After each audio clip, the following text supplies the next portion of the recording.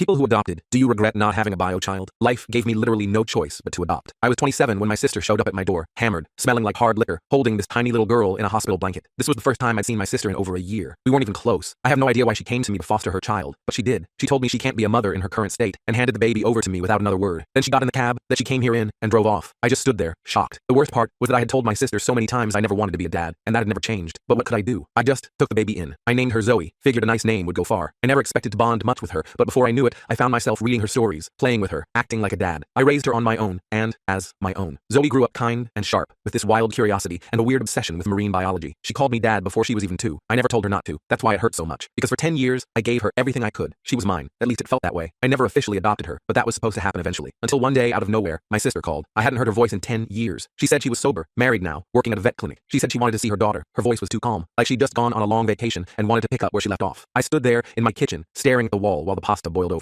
All I could say was, "You're really doing this now?" She told me she was coming in 2 weeks, said it was time to honor the promise I made 10 years ago. The promise that I'd only keep Zoe until she got her life together. I never made that promise. She never even said a word before dumping Zoe. Either way, I didn't sleep much after that. I kept looking at Zoe and wondering if I was doing the right thing by keeping the truth from her. I had never told her. Eventually, I sat her down at the table, hands shaking, and told her everything. That I wasn't her biological dad, that I was her uncle, that her real mom was coming to visit. She didn't cry at first. She just stared at me. Then her eyes went hard. I tried to explain that I hadn't lied out of malice, that I just wanted to protect her, that none of this changed how I felt about her. But she didn't say a word. She got up, slammed her door, and didn't speak to me for 2 days. She cried a lot during this time, but if I tried comforting her, she'd just push me away. It was hard. And what made it even harder was when her mom arrived. I barely recognized her at first. She was clean, polished, polite. She brought photo albums and old baby clothes, trying to show Zoe some kind of history. Zoe didn't want anything to do with her. But then I noticed the shift. They began staying up together. Zoe started asking more and more questions. They began hanging out, but only when I wasn't looking, almost as if they were afraid of me. And then came the gifts. A new necklace Zoe didn't have before. A new hoodie. A pair of earrings Zoe swore a friend gave her. I remember following Zoe after school once where I saw her and my sister sitting on a park bench. My sister was handing her a Starbucks drink, like they did it all the time. I didn't interfere there and then, but I confronted my sister that night, and she didn't deny the fact she was trying to take Zoe. She said, "You don't have legal custody. I already filed to get her back." I nearly dropped the mug in my hand. She said it in a tone like it was a business transaction, like I was just holding her package for her. I went to a lawyer the next morning, and he confirmed the worst. I had no legal standing, no adoption papers, no parental rights. 10 years of raising her, but in the eyes of the law, I was just a babysitter. And so that same night, my sister and I fought. It got loud and ugly. 10 years of resentment exploded in my kitchen. I screamed that she left because she couldn't be a mother, gave her kid to me when she knew damn well I never wanted kids. And now that I love Zoe like my own, she was trying to take her. And that's when, right as I was yelling about how I never wanted kids, Zoe walked in. She heard everything, and she just stared at me. "You don't like me?" she asked, her eyes filling with tears. Me and my sister instantly stopped fighting, but it was too late. Because right as we did, Zoe bolted out the door. We both chased her, calling her name down the street, but she was gone. We called the police, instantly informing them what was happening. We began searching parks and stores and the library. Hours passed. My throat was raw from shouting. I was crying. My sister was crying. It seemed like for those hours, we didn't care who became her parent.